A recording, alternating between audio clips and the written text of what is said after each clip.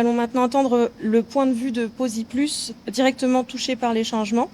Donc j'invite Monsieur Guy Gagnon, directeur des ressources humaines chez Posi Plus, à venir prendre la parole. Merci.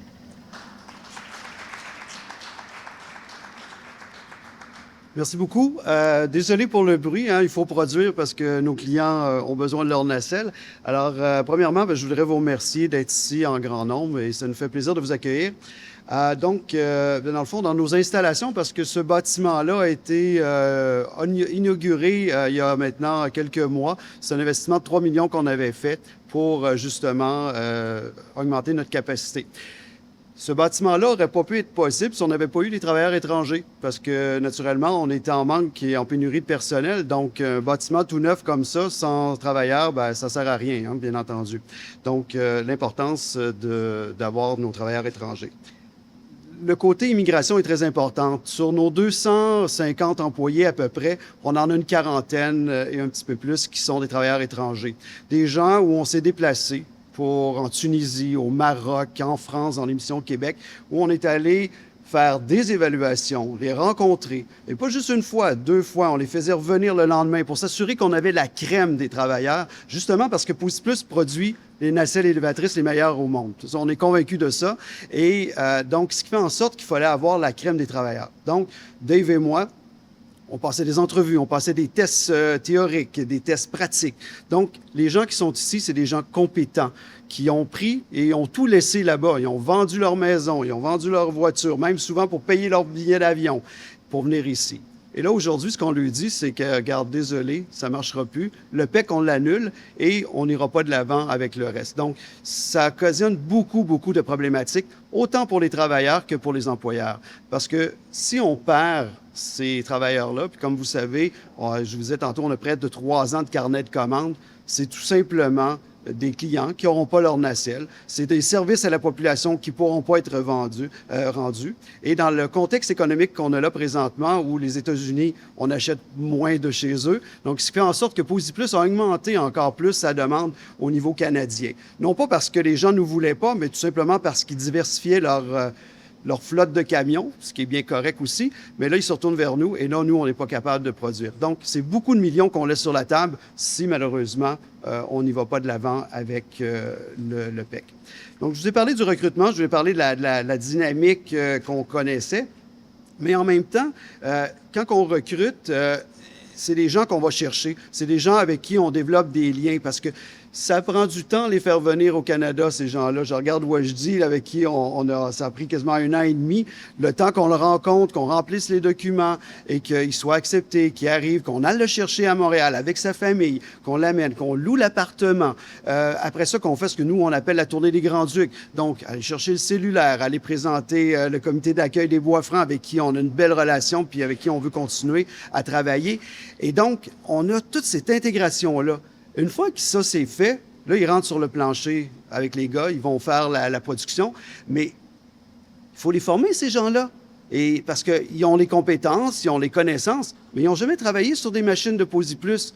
Donc, il faut les former. Donc ça prend 1 an et demi avant qu'on puisse dire qu'ils sont vraiment autonomes. Parce qu'on monte des gens à 100 pieds dans les airs. Donc, on ne peut pas se permettre de faire des erreurs, parce qu'il va y avoir des conséquences graves, bien entendu. Donc, ce qui fait en sorte que cette formation-là dure 1 an et demi.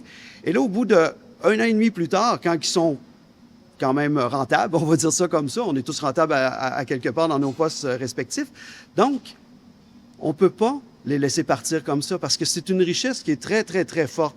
Alors donc, c'est pour ça que je pense que le gouvernement devrait se réveiller, je le dis comme ça, et comprendre la réalité des entreprises. Oui, il y a Montréal, oui, il y a le chemin Roxton, où ce que les gens rentrent et qui sont des immigrants politiques et tout ça, mais nous, c'est des immigrants pas politiques, mais économiques qu'on va chercher. Donc, c'est des gens qu'on a recrutés, qui gagnent d'excellents salaires, qui sont tous au-dessus de 30 $ de l'heure. Donc, à quelque part, c'est des gens qui payent des impôts. Et Wesley pourra vous en parler, mais pour la plupart de nos travailleurs, les femmes travaillent dans la région. Ils se sont impliqués. Les enfants vont à l'école. Ils parlent français. Même, il y en a qui commencent à avoir l'accent québécois au grand malheur de leurs parents. Mais bon, donc, ils mangent leur poutine comme tout le monde. Donc, c'est vraiment des gens qui se sont enracinés et on fait en sorte que ça passe comme ça aussi. Je parlais tantôt du comité d'accueil des Bois-Francs. Effectivement, beaucoup d'activités sont organisées pour les intégrer et on encourage ça. Donc, c'est pas juste d'aller chercher des gens, bien produire, puis parfait, c'est fini. Non, il y a une collectivité. Même, j'ai des travailleurs ici qui disaient au début, puis Guy, on n'en veut pas à l'immigrant, on est correct, tout ça. Puis aujourd'hui, c'est ceux qui défendent le plus ardemment leur réalité. Donc, je pense qu'à quelque part, on est une collectivité qui accueille, qui ont les grands bras ouverts. Ça, c'est pour le PEC. Donc, c'est important que le gouvernement se réveille et comprenne notre réalité. Mais en même temps, de l'autre côté, si le PEC, ça ne fonctionne pas, on se retourne vers l'immigration, donc faire le IMT, le CAQ. Mais pour ça, c'est des salaires de 34 et 62 $. Bon, parfait, plus, on a quand même des bons salaires, on peut répondre. Mais pour plusieurs PME, 34 et 62 $, là, ça marche pas parce que c'est trop élevé, ça enlève leur rentabilité, ça enlève leur concurrence au niveau international et tout ça. Donc, je pense que ce qui est important, c'est de comprendre qu'il faut que nos politiciens, et tantôt vous aviez raison, là, qu'on enlève le côté bannière de parti et qu'ils comprennent la réalité, dans le fond, de nos citoyens, des gens qui payent des impôts puis qui participent à la collectivité puis au développement culturel de l'ensemble.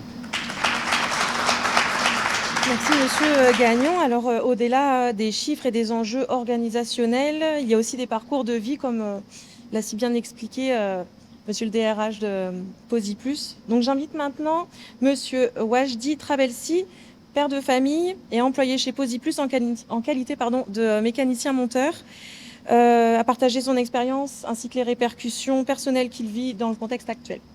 Donc, comme je dis, voilà, j'ai 43 ans, je suis tunisien et père de 2 enfants. Ma petite fille Tasnim, 2 ans, et mon fils Yazid, 9 ans. J'ai un diplôme de technicien supérieur en maintenance industrielle, c'est l'équivalent d'un DEC ici, avec une expérience de 19 ans dans l'industrie, comme étant un électromécanicien, mécanicien monteur. Ma femme aussi, elle a un diplôme d'une maîtrise de français, mais par contre, elle n'a pas trouvé un travail en Tunisie. C'est pour cela on a cherché un bon avenir, on a cherché une autre opportunité. Et là, on a pensé à Québec. Pourquoi Québec? Bien sûr, c'est un beau pays. En plus, c'est un francophone pour faciliter l'intégration de ma famille. En plus, il y a beaucoup d'opportunités, surtout pour ma femme. Et là, on a commencé notre projet en 2022. Et j'ai eu la chance d'avoir un contrat. Bien sûr, j'ai eu la chance d'avoir un contrat avec Posiplus. Après, bien sûr, des entretiens et des entrevues. Voilà. Ce contrat, il est passé par des Journées Québec, par un programme qui s'appelle Journées Québec. Il était organisé par le gouvernement de Tunisie et le gouvernement de Québec. Et c'est un programme officiel. Les agents, là, ils ont nous expliqué les démarches à suivre pour avoir un permis de travail fermé et après les étapes à suivre pour la résidence permanente via le PEC et le PRTQ. C'est un bon signe pour nous. Cela signifie, voilà, on peut commencer, on peut réaliser notre rêve. Mais pour réaliser notre rêve, on doit quitter tout. Nous avons vendu notre maison, nous avons nos meubles, notre voiture. Nous avons quitté, nous avons dit au revoir à nos amis, nos proches, voilà, nos familles. Nous avons venu ici en septembre 2023 avec des valises plein d'espoir, des émotions, voilà, positives. Voilà, nous avons dès nos premiers jours, on a travaillé sans relâche. Personnellement, j'ai fourni un effort exceptionnel pour apprendre et perfectionner mon français. Et là, bien sûr, afin de bien m'intégrer à la société québécoise. Ma fille aussi souhaite rester parmi les élites dans son parcours scolaire. Elle a sacrifié ses habitudes pour maîtriser la langue et réussir. Aussi ma femme, là, elle a travaillé fort pour obtenir un poste au sein de l'école Saint-David comme étant une éducatrice et aide enseignante. Elle a, elle mettre ses compétences pour améliorer, bien sûr, la communauté scolaire à RC Arthabasca, ici, bien sûr. Voilà, on a travaillé fort, mais bien sûr, pour atteindre nos objectifs, là, nos objectifs familiales, là, c'est une vie stable et un parcours et carrière professionnelle ici. Donc, nous devons avoir la résidence permanente. Et là, on a réalisé, on a fait tous les documents nécessaires pour déposer notre demande dans le programme PRTQ. On a fait les tests français, on a fait l'équivalence de nos diplômes, même les offres d'emploi valides par nos employeurs et tout ça. Mais malheureusement, je pense en août, bien septembre, le PRTQ, le gouvernement a déclaré que le PRTQ est suspendu. Donc nous, personnellement, j'ai pas baisé le bras. Là, nous allons passer vers le PEC. C'est un programme plus simple et clair. Nous avons tous les documents. Il nous reste seulement 2 ans d'expérience pour avoir le CSQ. Mais voilà, comme vous savez, malheureusement, avant quelques semaines de finaliser la fameuse période de 2 ans d'expérience québécois, encore, voilà, nouveau choc est tombé. Le PEC est suspendu. Il a été remplacé par un nouveau programme PSTQ, un programme basé sur l'invitation, basé sur des critères économiques. Mais concrètement, personnellement, il n'y a pas de garantie là pour être sélectionné. En plus avec des délais plus longs là. Sachant que mon permis s'exprime en juin 2026, il ne reste pas beaucoup. Donc nous devons quitter le pays en juin là, 2026. Voilà, qu'est-ce que je vais dire comment je vais expliquer ça à mes enfants. Voilà, donc je reste optimiste grâce à le soutien de nos proches. Là, je remercie tous nos amis, tous nos proches, tous nos voisins pour leur soutien. Je remercie aussi Posiplis, un grand merci pour cette grande société qui nous donné la confiance d'être là. Et je tiens à l'assurer que nous resterons à la hauteur de ces attentes-là. Un grand merci à M.